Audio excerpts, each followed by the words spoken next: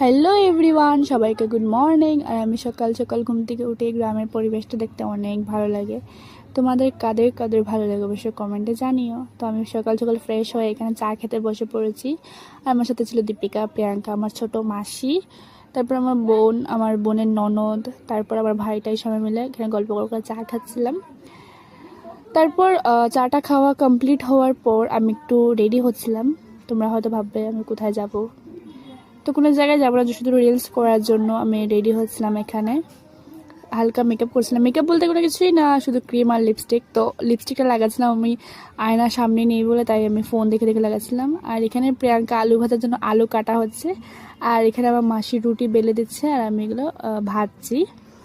তারপর এখানে ডাব খাওয়া হচ্ছিলো। আমার তো ডাব খেতে অনেক ভালো লাগে, তোমাদের কাদের ভালো লাগে অবশ্যই কমেন্টে জানিও। তো এখানে আরেকটা ডাব কাটা হচ্ছে, এখানে ডাব খাওয়া হবে।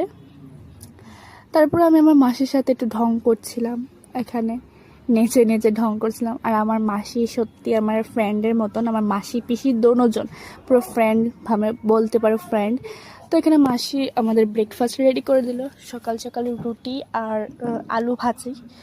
তো এখানে আমরা সবাই মিলে গল্প করে খাচ্ছিলাম, প্রিয়াঙ্কা, দীপিকা, আমার ভাই, তারপর আমার বোনের ননদ, সবাই মিলে গল্প করে করে এখানে রুটি খাচ্ছিলাম।